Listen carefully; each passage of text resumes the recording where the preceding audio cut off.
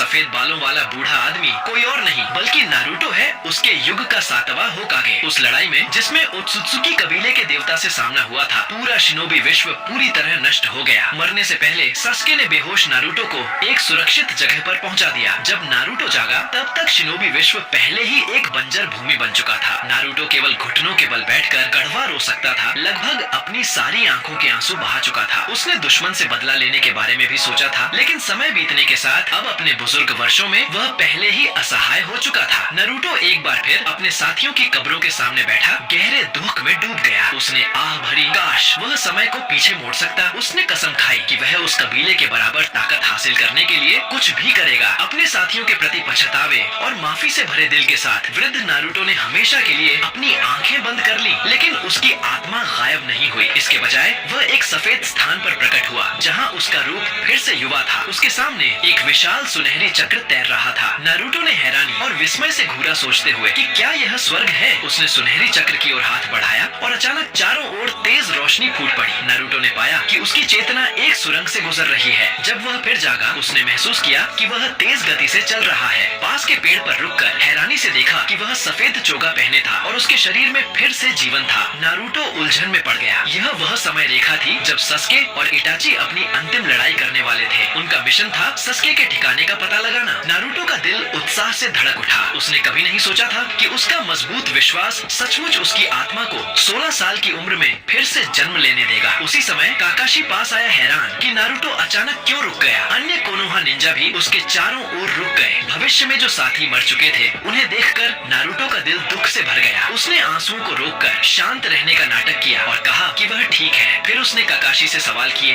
ताकि समय रेखा का सही बिंदु पक्का कर सके। दो बड़े घटनाक्रम होने वाले थे, इटाची और सस्के की अंतिम लड़ाई और जिराया का हिडन रेन विलेज में प्रवेश। समय कम था। नारुतो के पास टीम को समझाने का वक्त नहीं था, इसलिए उसने अस्थायी रूप से सस्के की खोज करने वाली टीम छोड़ने का निर्णय लिया। उसे पता था कि सस्के और इटाची की लड़ाई घातक नहीं होगी, लेकिन जिराया की स्थिति अलग थी। उसे अपने गुरु को बचाने के लिए रेन विलेज पहुंचना ही था। नारुतो की अचानक की गई कार्रवाई से काकाशी पूरी तरह उलझ गया। वह समझ नहीं पा रहा था कि नारुतो के लिए सस्के को ढूंढने से ज्यादा महत्वपूर्ण क्या हो सकता है। काकाशी ने शांतिपूर्वक कहा कि जब तक नारुतो के पास टीम छोड़ने का बहुत अच्छा कारण न हो, वह इसे अनुमति नहीं देगा। आखिरकार उस समय नाइन टेल्स का जिंचुरिकी होने के नाते नारुतो अकात्सुकी का मुख्य लक्ष्य था। उसे अकेले जाने देना बेहद खतरनाक था, लेकिन नारुतो ने पहले ही अंदाजा लगा लिया था कि सावधान काकाशी उसे इतनी आसानी से नहीं जाने देगा। बातचीत के दौरान उसने गुप्त रूप से नेचुरल एनर्जी अवशोषित करना शुरू कर दिया। अब जब वह पुनर्जन्म ले चुका था, कई jutsu पहले से ही उसकी स्मृति में गहराई से अंकित थे, तो उन्हें फिर से अभ्यास करने की आवश्यकता नहीं थी। उसे यह भी पता था कि यदि वह भविष्य से आने की सच्चाई बताता तो भी कोई उस पर आसानी से विश्वास नहीं करता। इसलिए नारुतो ने जबरदस्ती निकलने का फैसला किया। काकाशी ने नारुतो के अजीब व्यवहार को देखा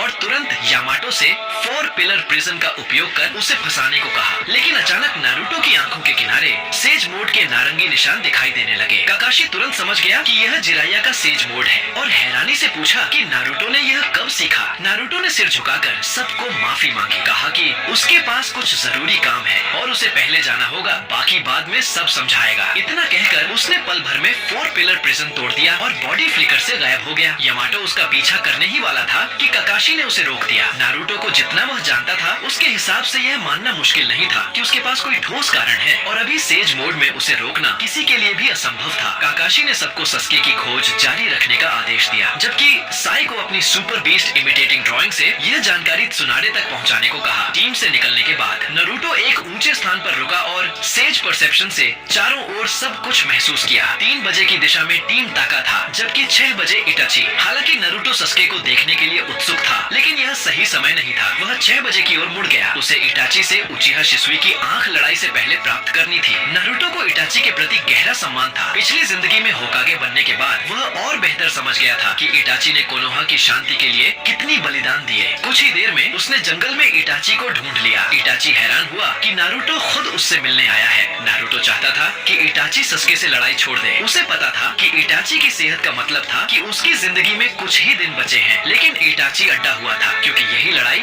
सस्के के मंगेक्यो शरिंगन जगाने का तरीका तथा नारुतो जानता था कि ओत्सुत्सुकी से लड़ने के लिए सस्के की शक्ति बेहद जरूरी है। इटाची वह व्यक्ति था जो रहस्य रख सकता था, इसलिए नारुतो ने मुट्ठी भिड़ाकर भविष्य की सच्चाई उसे बता दी। हैरान करने वाली सच्चाई ने इटाची की मान्यताओं को हिला दिया। वह इसे आसानी से स्वीकार या विश्वास नहीं कर पा रहा था, लेकिन नारुतो के अचानक बदलाव को देखते हुए उसे अंदाजा हुआ कि यह शायद सच है। सब कुछ सुनने के बाद इटाची को सांत्वना और दुख दोनों महसूस हुए। सांत्वना इस बात की कि हालांकि आखिर में सस्के भटक गया, लेकिन उसने कोनोहा और शिनोबी विश्व की रक्षा की, उचिहा नाम को पुनः स्थापित किया और यहाँ तक कि उसकी एक बेटी भी हुई, सरादा। ये सोचकर इटाची के होंठों पर हल्की मुस्कान आ गई, लेकिन वह दुखी भी था कि आखिरकार सस्के और कोनोहा इतने दुखद अंत से गुजरे। नारुतो ने सोचा कि नियति के मोड़ से उसे इस युग में फिर से जन्म मिला है। इस बार वह उस अंत को कभी दोहराने नहीं देगा। उसने इटाची से माफी मांगी और कहा कि वह भाइयों की अंतिम लड़ाई रोकना नहीं चाहता। इटाची ने उसकी मंशा समझ ली। यह लड़ाई सस्के की वृद्धि में सबसे अहम मोड़ थी। भले ही नारुतो कोशिश करता,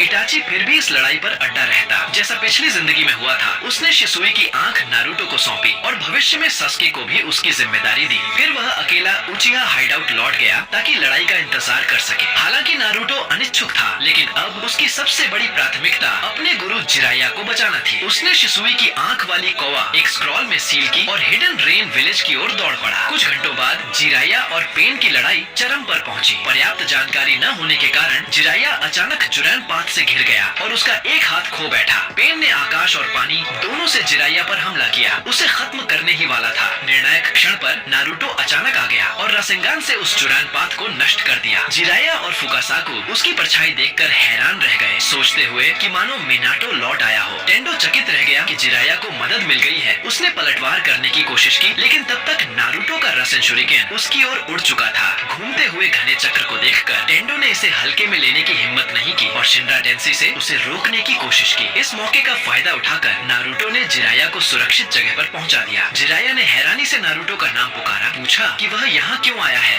और उसे भाग जाने को कहा, क्योंकि पेन ऐसा नहीं था जिससे नारुतो अकेले निपट सके। इस समय नारुतो की आंखों से आंसू रुक ही नहीं रहे थे। इस बार वह आखिरकार सही समय पर पहुंच गया था। उसने मुड़कर आत्मविश्वास से मुस्कुराते हुए कहा, चिंता मत करो मास्टर, बाकी मुझ पर छोड़ दो। सब्सक्राइब टू चैनल पार्ट 2 के लिए कमेंट करो।